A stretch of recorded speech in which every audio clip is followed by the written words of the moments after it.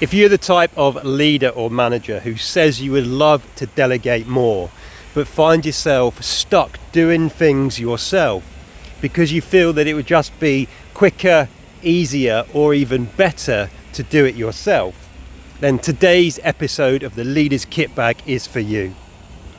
In this episode, I'm going to share with you 5 of the most common blockers or barriers to effective delegation, which are also the things that keep us stuck in doing mode and prevent us from investing the time that we want to or feel we should be investing in leadership and looking at the more high impact strategic projects. Hi there, I'm Ben Morton. I'm a leadership trainer, an executive coach and a conference speaker, and everything I do is built on the fundamental principle that a leader's job is to look after, support and develop the people we've got the privilege and responsibility to lead so that they can deliver the results we're accountable for. So, to today's content, if I were to get 100 leaders and managers in a room and ask them, do you delegate enough? Experience tells me that between 50 and 60%, if they're honest, would say no. In fact, one research study I looked at found that half of the 332 organisations that were polled said that they had concerns over the ability of their leaders and managers to delegate effectively.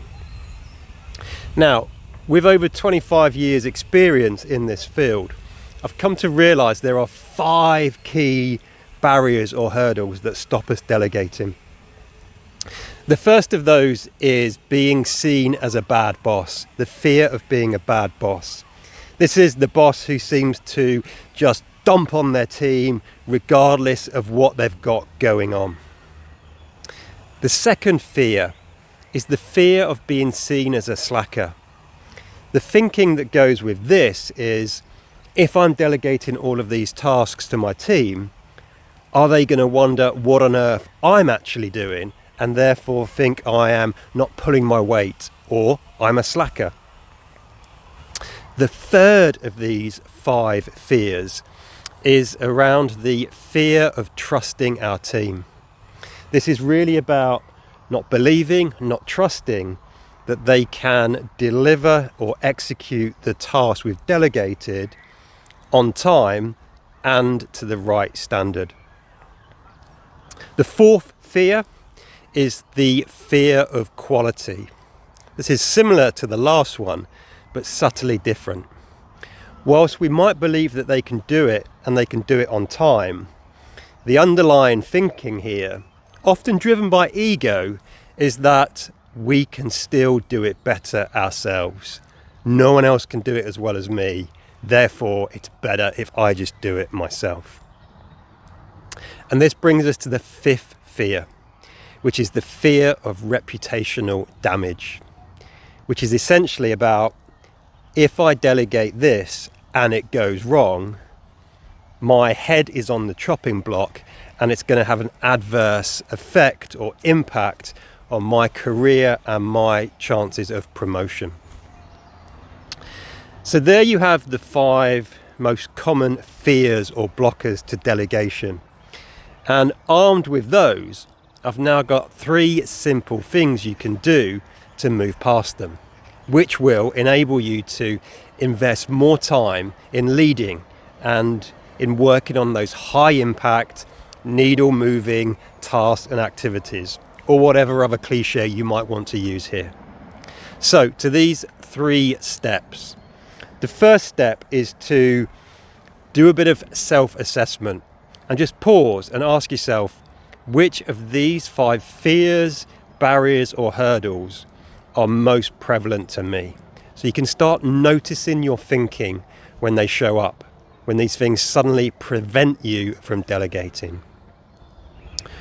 Once you've done that, the second step is, when you notice one of these fears cropping up, is to ask yourself a simple question. Is this really true? For example, if I delegate this task and it doesn't go 100% smoothly, is it really going to ruin my personal reputation? If no, crack on and delegate it. If the answer's, maybe it might, great. Build a plan to prevent that happening and a plan to rectify the situation or recover if it does go wrong. And then the third step is simply to pause and consider the upside.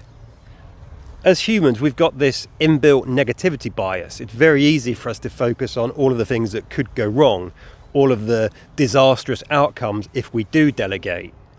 But what of the upside? What benefits could it bring to us, to our team, and to the organisation in the mid to long term? Because they are significant. So there you have it, folks. 5 common barriers or hurdles to effective delegation, and a very simple 3-step process that you can use to move past it. As always, I hope this free content has been helpful for you. If you want to know more, then check out my website at ben-morton.com, where you can find out how I can help you through either leadership training, executive coaching, or coming to speak at your next company conference. And if you want to get in touch, you can email me via chat@ben-morton.com, and let's get the conversation started. Until next time, look after yourself, look after those you've got the privilege and responsibility to lead, and as always, lead on.